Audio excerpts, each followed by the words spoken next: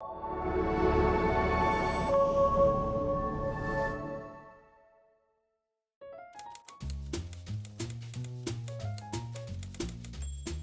to the Dawson Creek podcast. Not with our special guest, Kurtis Nguyen. Now, onto the show.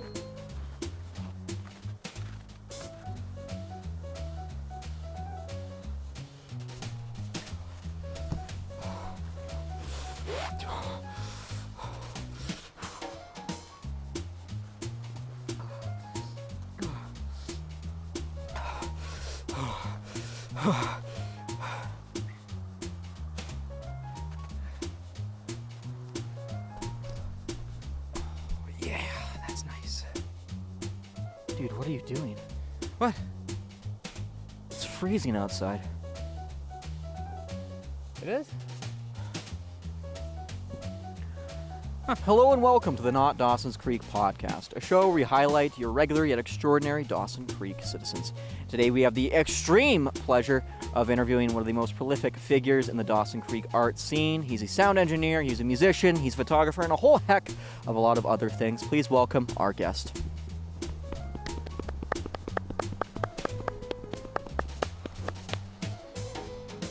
Hello, Kurtis. Hey, how's it going? Kurtis Nguyen, is it Dawson Creek or Dawson's Creek? Depends what you're talking about.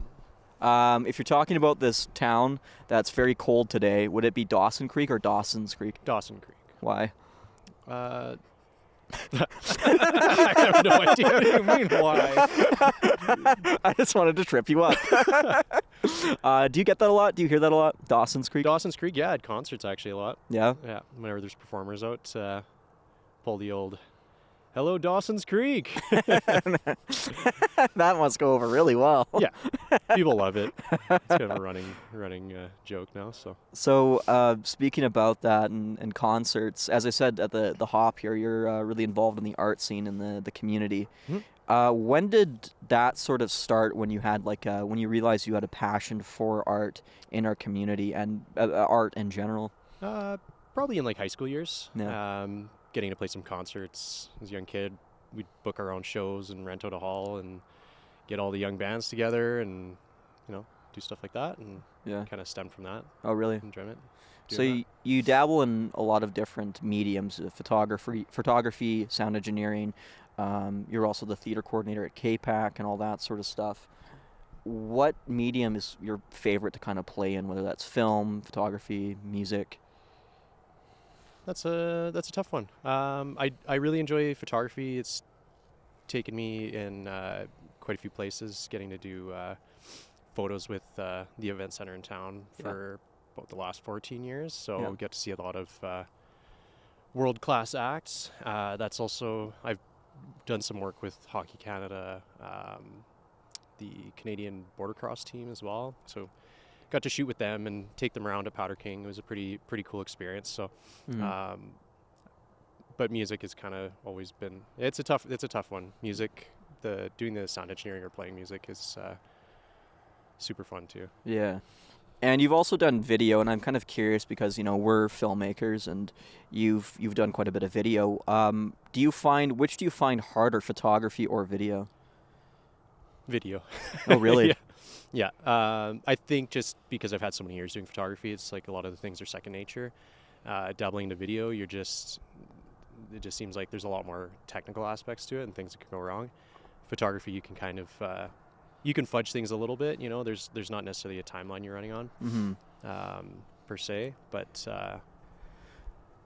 they're more like individual moments as opposed to, you video, if you miss a shot or something's in there, it's a lot more difficult to. That's so interesting to me because I feel like my reason is the exact same, but for the opposite decision. Yeah, it's for photography. I'm like, if I screw up this one shot, then there's no leeway for me. I have so much coverage with video, like, if a shot is out of focus and it's really nice, then, I can cut away to this. But with photography, it's like, if you miss this one moment, then you're kind of hooped. And so, I feel so much anxiety doing photography. So when you're doing photography, I'm like, wow, that's incredible. Yeah, I feel like with photography, it's more of anticipation, whereas like video is kind of the opposite. There's like all that preparation to make sure that you're catching it while you're doing it. Yeah. Like, with concert photography, over time it just got easier because it's like you'd know when the guitar solo is going to come. Yeah. Like you'd see the guy gearing up, so you're just getting in the right spot, make sure you have the right lens on. But Yeah. initially it was pretty tough. Like you're running around and you're like, oh my god, I missed the guy jumping off the guitar amp, and that you can't catch again unless he does it again. But Right. Anticipation, I guess, more than anything. Right. Like, oh, the light's perfect there. I'll wait till this person's going to cross over and Right. Right. kind of wait for that spot. So yeah. So then kind of jumping back to where you were before, you're in high school, you're kind of coordinating bands and doing some music stuff. And after high school, immediately after, what did you kind of do after that? Was it art scene, or was it more something in the line of blue collar work? Kind of blue collar work and saving up. I did a bit of traveling, so that's sort of also piqued some like additional interest in photography. It was a cool way to capture stuff that was different and things like that. Do you think that's important for photographers and maybe even like, I guess, artists in general to kind of travel outside of their home to kind of find stories? Yeah, you get some different experiences and see different things. Mm-hmm. Photography was a cool way of like, I don't know if I'd say justified doing the traveling, but it was a cool way to sort of capture it and remember it. Yeah. Like the few times I'd gone, I made it a priority. I had a travel sized Pelican case and a backpack, so I had like 3 pairs of clothes, and my Pelican case took up all my camera gear. And so that seemed like a priority, but it was pretty cool because there's times you'd throw it off a boat and it'd land in the water and gear was good.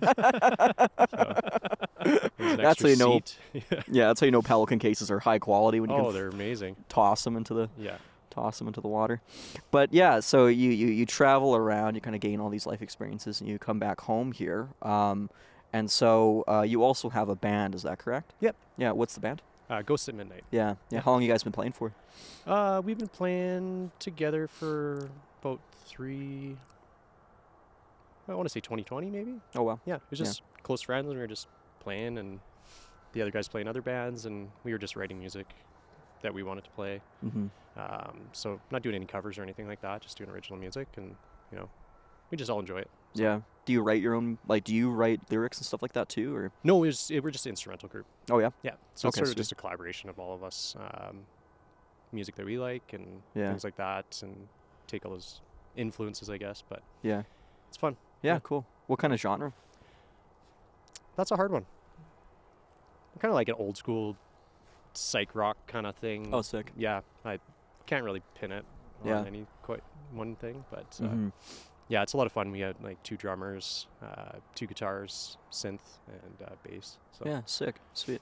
Super fun. Yeah, and then what's the music scene around Dawson like, and around the surrounding Peace region?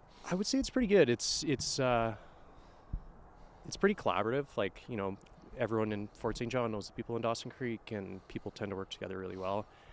Because you kind of have to. We don't get a lot of touring acts aside from like the larger event centers and stuff like that. But we share shows, or if people come up, they'll play in Fort St. John, then they'll play in Dawson Creek, and they'll play in Grand Prairie. So it makes it a little easier if we work together. So yeah, cool, sweet. Yeah, sweet. And then you also, your family is pretty well known here. Yeah. Yeah, you have your dad, Lee, and you have your sisters. And what, for anyone outside of our community, what does Lee own? I guess it's kind of it's kind of a spoiler to say his name. Lee's but what is family restaurant? How long has he had Lee's family restaurant? Since 1988. Oh wow. Yeah. Wow. So it's kind of a staple in town. And then I think he kind of ignited the entrepreneurial spirit in all my siblings, because most of them have a few businesses. So it's pretty neat. Yeah. Do you think that lit that fire in you too? Because you're kind of an entrepreneur. Yeah, as absolutely. Well? Yeah. It's kind of a blessing and a curse. You you do something you enjoy, like photography, and the first thing you think of is, how can I make money off of this? And then you go through little phases where you sort of kill the enjoyment out of it, and then you find it again. And I think that just happens all the time with art. Yeah. How do you? Because I found that too, is like having that need to be productive and having that need to like make money. It kind of, for me, it turns the art more into a labor than a love, right? Yeah. How do you keep like creatively fresh and stimulated with art for you personally? I think for me, just having different mediums and things like that. Yeah. Because it's easy to get bored on one thing, but when you're jumping back and forth, it's nice to find the enjoyment in it. Yeah. Again. Sure. So with photography, I've taken times where I won't shoot photos for a year. Oh, really? Only use my camera on my phone, but and then I'll get little sparks and I'll just like love it again. It's just and it's fine. I try to not beat myself up about it because I think most people go through that. But every time I go back, I like it. So of course. And so you have all these different art projects and all that sort of stuff. You're also, like your high school days, you're hosting bands. Of course, you hosted it first at your sister's store. Is that right? At Jen's store? Yeah, that was a while ago. I don't know how many years ago that was. Yeah. What was that like? Because that was like just her regular store, right? Yep. Yeah. Yeah, she has a skate shop clothing store, and the space she was in at that time was like pretty large, and we kind of felt like we were doing shows before that at the Alaska Hotel and then at Mavericks. Yeah. Both buildings burnt down. Yeah. You weren't involved in that? No affiliation. But so we kind of thought we were cursed or something. But there was sort of this like hunger for kind of like smaller venues and bands to be able to have a place to play. Because it's pretty difficult here. You have really large centers, and then people kind of like this smaller sort of DIY kind of aspect of things. So we did a good handful of shows, probably about 20 shows over a year and a half. Yeah. And it was great. We always got really good reception and get touring bands and things really? like that, and local bands. It was fun. So I built a wall that rolled and closed off the shop, and then do shows in there and have a bar and do special events. Oh, that's sweet. Cool. Yeah, it was really fun. Wow. Do you think that DIY, you kind of touched on it, but that DIY sort of like vibe to it kind of appeals to people here, especially musicians, when they want to play at a venue? I think so. Yeah. I think people thought that we weren't following the rules, so it almost brought more people out. Yeah. Kind of like a speakeasy sort of thing, and they're like, I can't believe you're selling beer here. I was like, no, we have a permit. That's stupid. It was it was almost like people thought they were walking into something they weren't supposed to. So like an underground music sort of thing. Oh, there's this party. That shouldn't You're be like, there. no, we're fully permitted. Yeah, we're totally legit. We even had police come in sometimes and check on our permits and stuff, and they're like, oh, this is awesome, right on. Oh, sweat. And they'd stick around and watch the music. It was cool. How did that feel to like provide that to the community, like sort of a smaller venue that had a great reception and bands would come in and musicians? How did that feel to kind of provide that to the community? It was awesome. Yeah, it was really cool.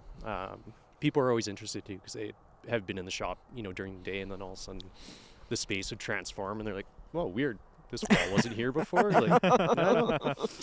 Yeah, it was a lot of fun. Yeah, that's and cool. we did every show we did was all ages too, so kind of wanted to stick with that format. Just sometimes, well, at that time the only shows like that, or some of those bands have kids, things like that. Yeah, they can't go to the bar and go watch them, so I thought that was kind of neat. Yeah, cool. Creating a family-friendly environment. Yeah. Freezing. You should. Do you want Ryan's jacket? He's not using it. No, I'm good. You're very kind of you. I'm trying to not sweater. I'm trying to like not shake when I'm talking. I could see your jaw kind of moving, so it's limited. I'll drink some of this warm coffee. Oh, not warm anymore. But. I can't say the business name. It's their best. What do you mean? And so, you're doing all this different stuff, and then you actually, the Kiwanis Performing Arts Center, you actually served as the theater coordinator for that for a number of years. Yeah, I worked with them as a contractor for several years. I sat on the board of directors, currently assisting, like doing, coordinating some of their events, and aside from a few other things there. But it's, it's been good. We've gotten a lot of great shows there. Different types of performances, tried to do a mix. Like, I find venues that do really well, it's sort of like these niche things, like, they just do metal or they just do rock. We've sort of tried to cater to a little bit of everything, having kids shows, classical music, rock shows, local bands, things like that. So it's like blessing and a curse. There's people that love it. They're like, cool, I can see something different all the time. And then there's people who are like, I wish you had more heavy metal. It's like, well, kind of want to appeal to everyone. So yeah, variety is the spice of life. Yeah, absolutely. Yeah, because you have, obviously, speaking from personal experience, that, with you, we've worked with you and K-Pac and holding like film premieres as well. Yeah. So it wasn't just music, it wasn't just dance performances. You also had, theater performances and all that sort of stuff. So it was so varied, right? Yeah. And so, what was your favorite part of working there and putting on these shows? I think getting to meet the performers, just getting some really great connections. You realize how small the music scene in Canada is. Because we've had performers coming all the way from East Coast, Whitehorse, things like that, and then they add you on Facebook, and you realize you have 20 mutual friends, and you're like, oh wow, cool. Yeah, and it's like it's a pretty small world, and then you're talking to people, and they. A band comes in and 3 of the members were in another band you've had 3 years ago. It's pretty cool. Yeah, for sure. And have you ever thought about, moving away from Dawson to pursue something else, or is this kind of like your place? No, not at all. I had maybe when I was younger, but sort of just always drug me back. Like there's so many roots here, and anywhere I go in town, it's like I enjoy just knowing people. People tend to leave and they enjoy the anonymity, but I kind of like the familiarity. Yeah. I like when people ask for my autograph. What's that? I like when people ask for my autograph. It's never that. They just want they want his signature on his insurance. Can you have this autograph on this check? Wow, big fan. No problem. Yeah, you were the weatherman on CJDC. Yeah, well, I was. Yeah. And is there like an art form, an art medium that you haven't explored that you want to explore more? That's a tough one. Sorry. I'm not sure. For a while, I wanted I thought it was super interesting, people to do like projection mapping stuff. Yeah.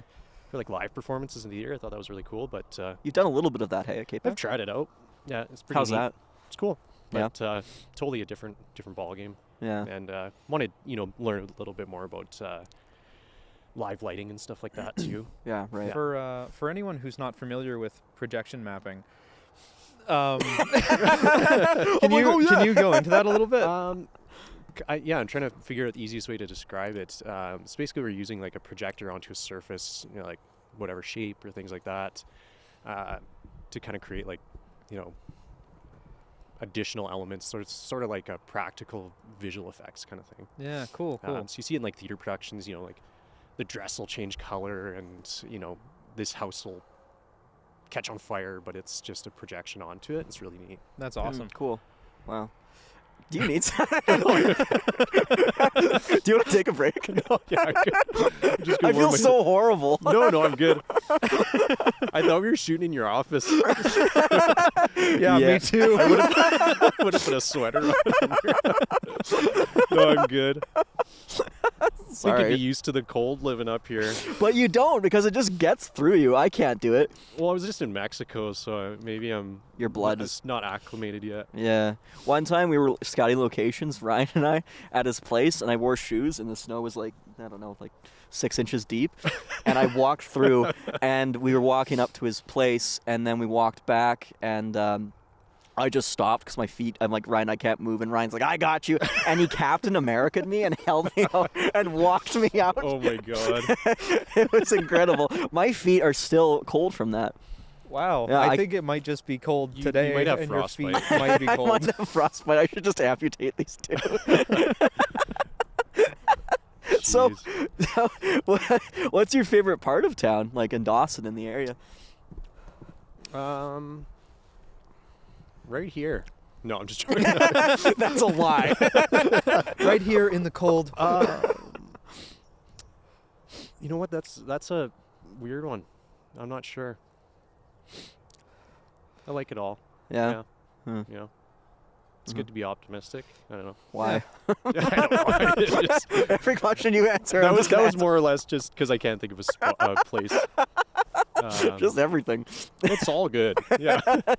There's a few places maybe not, but So we spoke to Charles, who was the owner of the Alaska Hotel, and we've kind of talked about that and how it was a staple in the community, and you obviously played there. What was that like? Oh, the place was amazing. It was like a step back in time. Yeah. You know, even their weird old hotel side, it was like, you know, going up to Alaska, those old little hotel buildings, and the doors were really small. Like, I think people were a lot shorter back then, but the floors were all kind of crooked. Shakespeare's time. Floors were all kind of crooked. You'd kind of walk sideways in there, but it was similar to like walking in a Rolla pub. There's just like so much history. Like your eyes are just like looking everywhere, and it brought in such a weird crowd too. You know, you'd have like, kind of was like for everyone. Mm-hmm. You know, that's how Rolla felt too. But no, it was really, really cool. Wow. How many times did you guys play there? We had played there twice, and then we booked quite a few shows there. We probably booked about 10 shows there. Yeah. We did it was live in Alaska. Oh yeah. And just basically the year that it had burned down. Mm-hmm. We actually I believe we were the last band to play there too. Oh really? Yeah. Us and another local band, I can't remember their name. Mm-hmm. So the day after it burnt down, there was supposed to be a DJ playing there. Yeah. And, so we had to call them and tell them Oh really? No show. Wow. Were you guys you were living in the Ravelli, right? We had a jam space up there. And were you there when it burned down? Yeah. Yeah? Yeah, we had a bunch of our equipment up there. We were like moving some equipment around, and fire marshal came up and knocked on the door and told us we had to get out. And so I grabbed a few guitars and stood out on the street. And then once they kind of had the fire semi-controlled, we were able to go up and move some of our equipment because they were spraying the building down. But it's pretty wild. Yeah. Because we had about 8 different people's music equipment up there. So that's not good. Let's do this mental inventory of how much stuff was going to catch on fire. And did the power get knocked out? It did, yeah. Yeah, on that block. Yeah. Did you just use a Jenny to fire up? For a bit. Yeah, actually did once we were cleared to go back in the building, we did an art show up there. Oh, really? And we ran a generator. And oh, wow. We had some people playing piano and ran some Christmas lights because we still had all the artwork up there. And, right. So people, I think, were just coming up to be Snoopy. Yeah. Because they get to look out the window and see the rubble still smoldering. But it was strange, but kind of this weird bittersweet thing. I had like someone playing piano and someone playing trumpet because it was supposed to be this classy sort of thing art show, and it's kind of this weird, almost like somber, weird. Yeah, it was a little bit strange. Yeah. Cool art though. There's some cool stuff up there. Interesting. Yeah. Interesting. Anything you want to ask me? My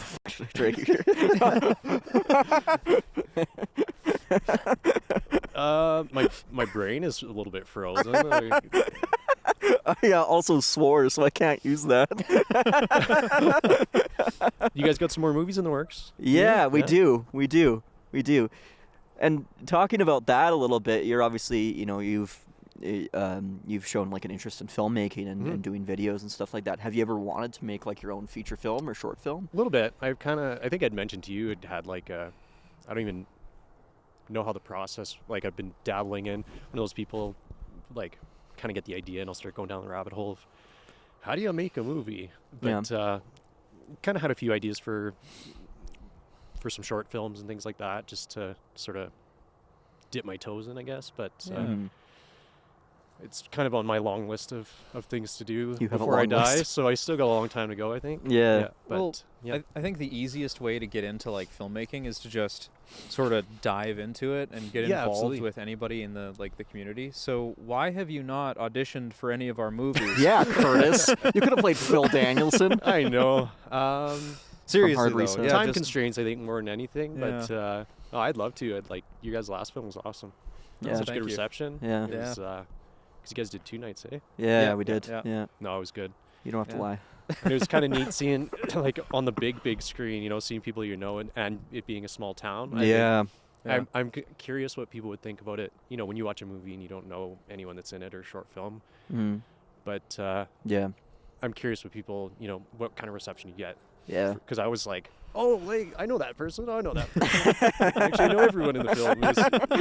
So it's like, it was a little, you're like watching it, but you're still just sort of like, it's hard to see them as like their own character. Yeah, there's that connection there. That I feel like actors, connection. You know, when you're watching a movie, you know, you're used to seeing Brad Pitt do a million different things. So you kind of like, okay, I separate this character from who this person is. But when you work with somebody or you see them, you know, all the time. Yeah. It was interesting, but I liked it. Yeah, cool. What interests you most about filmmaking? Like what like kind of grabs you? I really like the process. I think like I got to shoot with you guys. Well, we've shot a few times. We did some live, like the live at K-Pac series over COVID, but it's just sort of the different medium storytelling. I don't know. Mm-hmm. Like, there's so many parts in it. I think that I really enjoy. Now that I've dabbled into looking into it, you know, the sound design portion, the cinematography portion, you know, how they all kind of you're taking all these elements. It's, you know, with photography, you can just go out by yourself. But, like, you know, with film, it's like, it takes a whole team to make something happen. And, you know, one piece falls off and, you know, the sound sucks and the whole thing sucks. You know, you could have like an awesome Wes Anderson movie with, like, a terrible visual effects or something like that. And it just kind of throws the whole thing off. But, I think that part of it's really cool. Yeah. And you're also... I can't remember, did you go to school for sound engineering or were you self-taught? Self-taught. Yeah. Yeah, it was just always, you know, when we were kids, it was like, who's going to run the board? You're like, sure, turn up all the mics. And, you know, dabbling and just continuing to do it and just powering through. And, you know, trial and error, I guess. But, and starting to feel, you know, more comfortable trying different systems and doing that. So same with photography. It was just sort of like just kind of jump in head first and then buy all the equipment and learn it later. Spend thousands of dollars. Kind of hyper fixate on it for a few years. And then you're like, I don't like this anymore. It's very relatable. I tried that with leatherworking, didn't go over well. So I just had a bag of scraps leather, and I think I made a really terrible wallet or something. This sucks. Yeah. So, you know, they don't always land, but yeah. Are you good? Yeah. You should have brought a little fireplace here. I know, I should have, because you mentioned that. You can just burn the table. We got one more episode to go. You burn Ryan's jacket. He's not using it. I don't know what you're doing. You're welcome. Yeah. How do you deal with the winters here? You fine with it? Oh yeah, I love it. Yeah. Yeah. No, we now that I have kids, it's a little bit harder. We used to spend like pretty much every winter out at Powder King. Oh yeah. Yeah.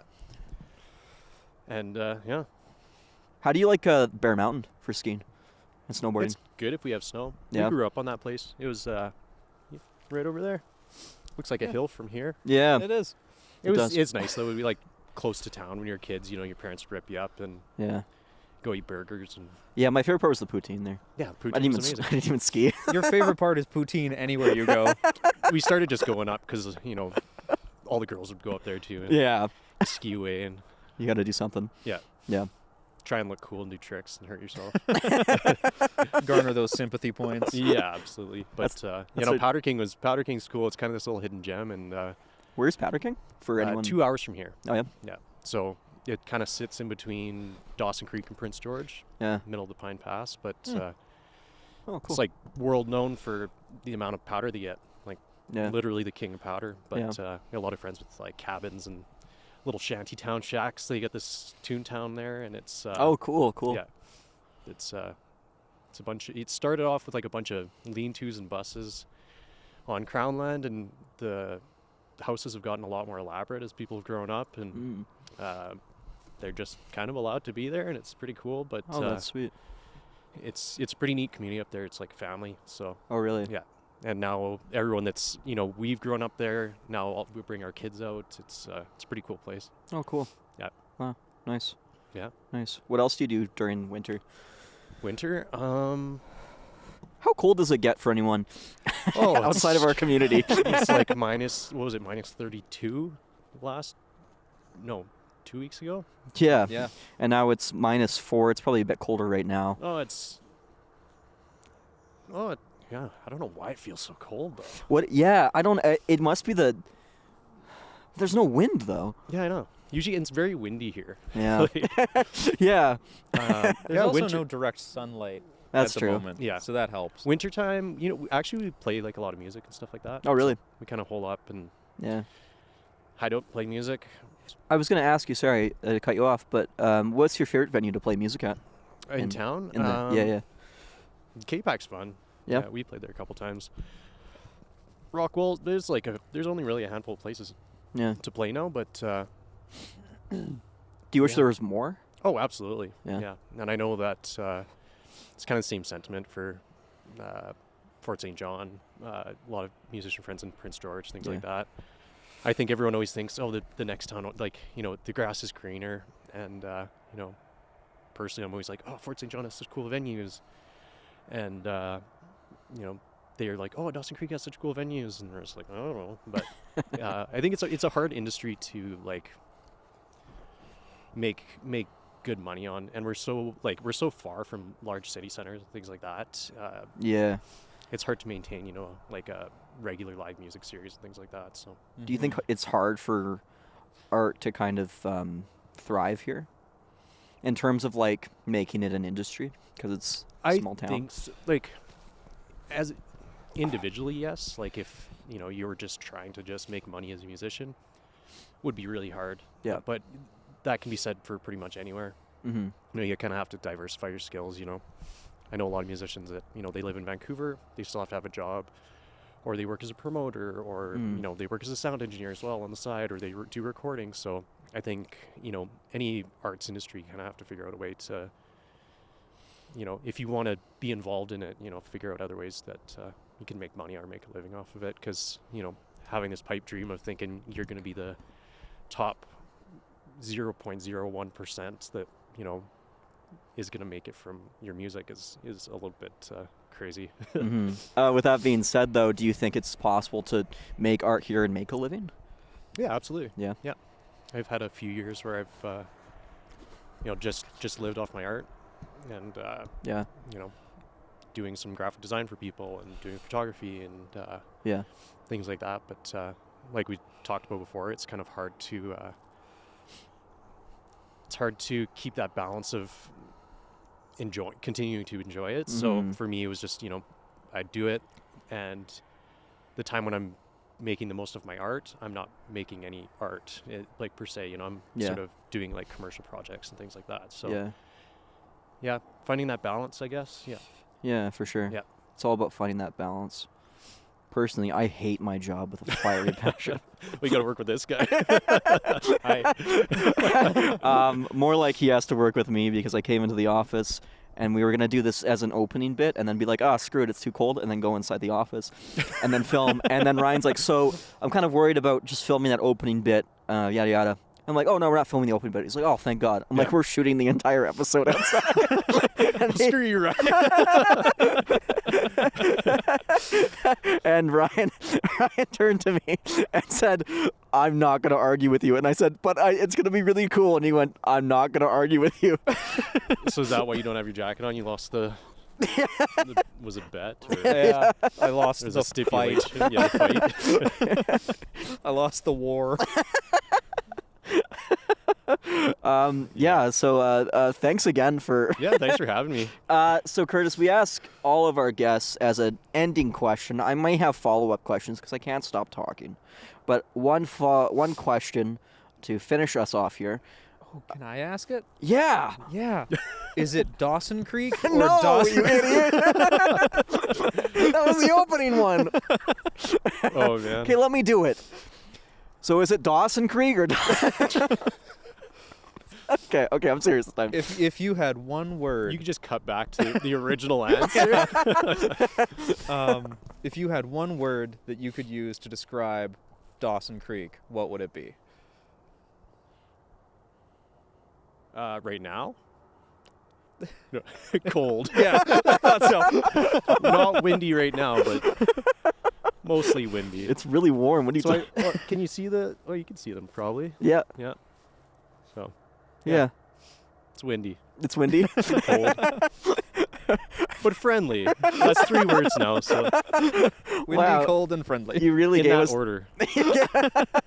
Wait, number 1 is cold and then... No, number 1 is windy. Oh, okay. It's more windy than cold. Okay, windy, cold, and then friendly. Yeah. Okay. It's a haiku. I don't actually know what haiku is. I think it's a word that describes something using like or as. Oh, okay, no, so it's not. It's, no, he's so wrong. That's a simile. That's a simile. I hate this man. Can I work for you? Yeah, you can pass. I don't care. I'll do roofing. Sure. It's really interesting. It's like it gets so hot during summer. We did Ed Ma's interview at the Mile Zero post, and it was like I burned because It got like 38 degrees here this summer. I know, it's crazy. Then it gets to minus 45. Are you sure you don't want to leave? I love it. It's windy, cold, and friendly. Yeah, it's so friendly. But why do you sorry, I'm freezing now too.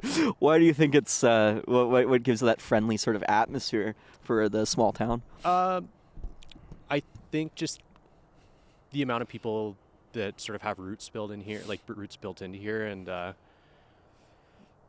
yeah, it's like obviously people aren't going to be friendly to you if you're, not friendly back, but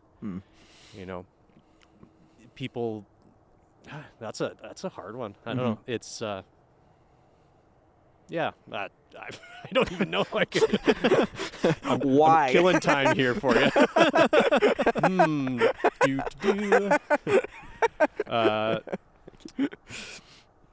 Yeah. That's because I found like when I'm like on the highway and I'm leaving town and then say my car breaks down and like I'm going to Eris, everyone will stop by and be like, "Are you okay? Do you need help?"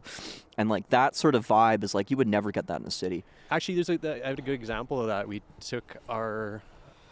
had our trailer. The one town we went through, their gas station was burned down, so they had no gas station. Next one was like an hour. So we went to our campsite and my gas was pretty low, but I ran the truck a few times to like go get wood and didn't really think about it as we were leaving. The next like campsite was like, or the next gas station before was like 30K, and my truck said like 20K to empty. And I'm like, we can make it. We can pull in the trailer. But the 20K and empty is usually like it's the estimation based on like you not pulling a giant trailer. Yeah. So we made it like 1 kilometer away from the gas station, so I had to pull the trailer over, started walking. A guy picked me up, brought me to the gas station, gave me his jerry can, filled it up, and then somebody else drove me back. And it was wow. Like, I was like dreading it. Like, had the kids in the truck and my wife was in the truck, and it was like I feel like you wouldn't get that anywhere. People would be like, "Who's this crazy person? Like, what kind of scam are you pulling?" Yeah. But no, and I actually ended up knowing the one guy. Oh, really? Yeah.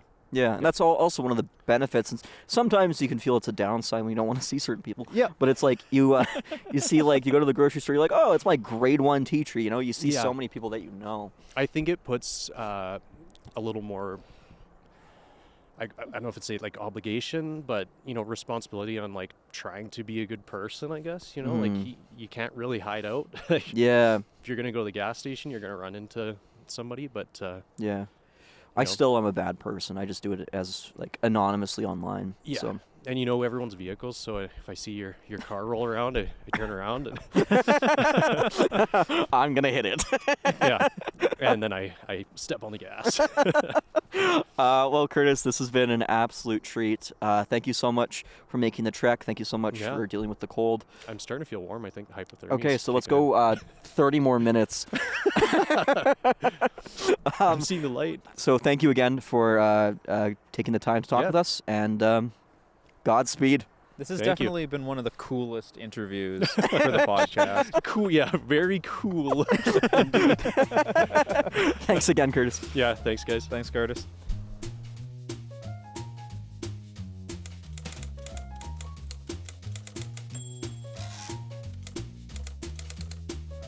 Thanks for watching the Not Dawson's Creek podcast. Directed by Grady McTavish. Produced by Quentin Tootin and Grady McTavish. Directors of photography, Ryan Leewood. Wait a minute, there's only one of them. Art director, Charlie McLean. Sound, Taylor Leewood. Camera operators, Taylor Leewood and Tamsin Bond. Special thanks to Kurtis Nguyen, Software Emporium, and The Cold. Brrr.